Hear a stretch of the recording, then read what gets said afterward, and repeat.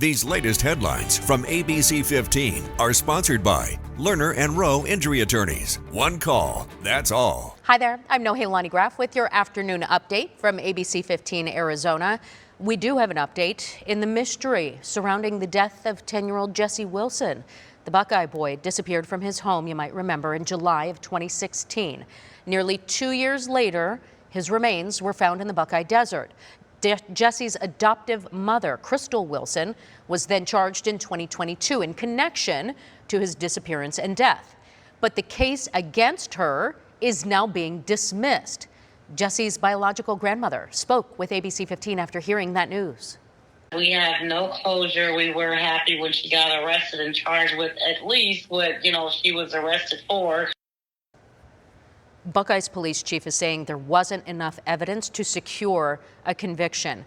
The motion filed by Maricopa County prosecutors says during preparation, and this is a quote, the parties have become aware of previously unknown information that makes this dismissal in the interest of justice. As far as the students in this particular case, obviously they were brave and taking matters in their hand and not just ignoring something that they saw that wasn't right.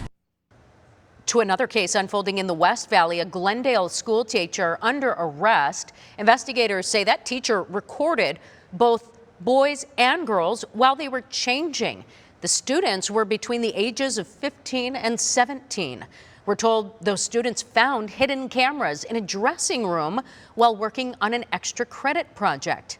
Court documents do allege Estevan Carrion set up cameras in that room attached to his classroom, and investigators searched his home and say they did find explicit video of those students. As you check the calendar, March 27th, which does mean that tax deadline is quickly approaching. So our Let Joe Know team is talking taxes, and they have a warning about cheating tax preparers. They also have some good news, though, if you've been struggling to get some answers from the IRS. I cry every night.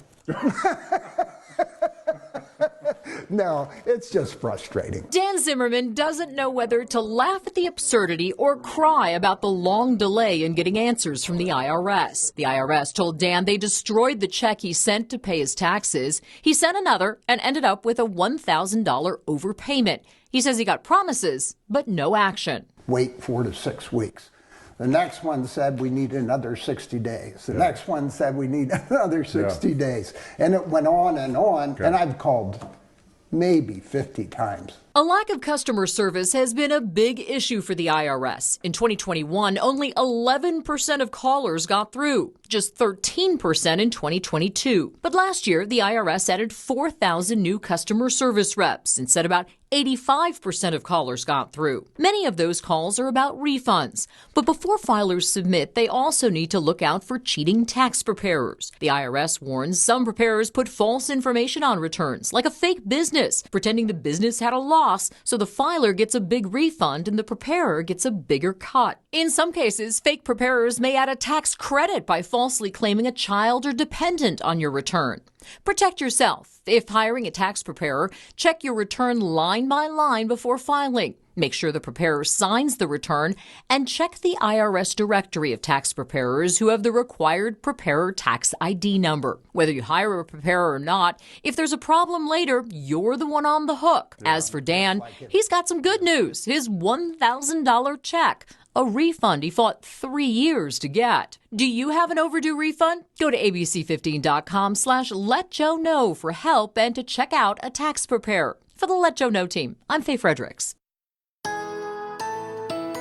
Time now for that most accurate forecast. I'm meteorologist Iris Hermosillo. Waking up to freeze alerts in parts of our state, believe it or not. It's a cold morning this morning across Arizona, but southeast Arizona will remain under freeze warning until 8 o'clock this morning. We'll start off the day cold, but then we warm nicely. And today, a milder day with temperatures that are going to be a little closer to normal. That high 78 in Phoenix. Out to our west, we'll make it into the low 80s in Lake Havasu and Yuma, with 50s and 60s for highs across northern Arizona. We've got another storm system to watch, though, and this one is going to bring snow to the high country, rain to the valley, and it's all coming in time for Easter Sunday. In fact, we could start to see some showers by late Saturday, and then the showers continue Sunday, maybe into Monday as well. At this point, it looks like maybe upwards of 4 inches of snow in spots like Flagstaff and along the rim as snow levels drop to 5,500 feet. And for the valley, look for scattered showers and thunderstorms from Sunday into Monday. They could start late Saturday night, but mostly Sunday and Monday. It'll be much cooler too, 80s for the next few days, but 60s by Sunday. We do want to remind you to check back for another update tonight, but until then, you can get the latest news, weather, and traffic on ABC15.com or download our free ABC15 app. Make it a great day. These latest headlines from ABC 15 are sponsored by Lerner and Rowe Injury Attorneys. One call, that's all.